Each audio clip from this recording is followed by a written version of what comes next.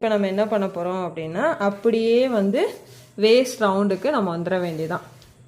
Waste round வந்து எங்கன்னா நம்மளோட ப்ளவுஸோட லென்த்து எங்கே முடியுதோ அந்த பாயிண்ட்டு தான். ஸோ என்னுடைய வேஸ்ட் ரவுண்டு வந்து 29 வேஸ்ட் ரவுண்டு வந்து எனக்கு 29.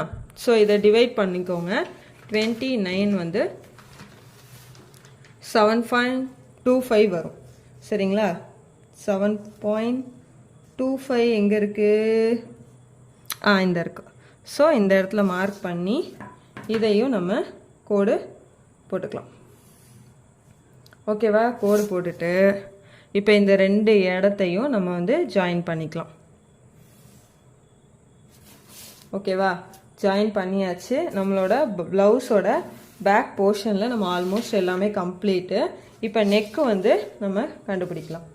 நெக்குக்கு நீங்கள் வந்து நெக்கு ரவுண்டு டிவைடட் பை 12 போட்டு பாருங்கள். அதாவது செஸ்ட் ரவுண்ட் டிவைடட் பை 12 அப்படி பார்த்தா செஸ்ட் ரவுண்ட் 35 டிவைடட் பை 12 எடுக்கும்போது எனக்கு வந்து எக்ஸாக்டாக 2.9 கிட்ட எனக்கு வரும். சரிங்களா? ஸோ இந்த 2.9 வந்து அப்படின்னா எக்ஸாக்டாக 3 இன்ச் கிட்ட எனக்கு வந்துடும். நான் வந்து 2.75 எடுத்துக்கிறேன்.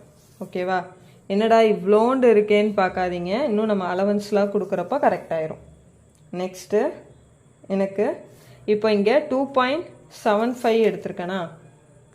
2.75 இந்த இடத்துல இருந்து கீழே வந்து நெக் போர்ஷன் வந்து எனக்கு 8 இன்ச்சு.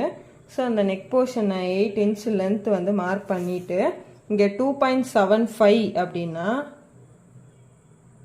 ப்ளஸ் 0.5 எடுக்கணும். ஓகேவா? 0.5 வந்து எக்ஸ்ட்ரா தான் எடுக்கணும். அப்போது 3.25. ஓகே? 3.25 எடுத்துட்டு இந்த இடத்துல இருந்து நம்ம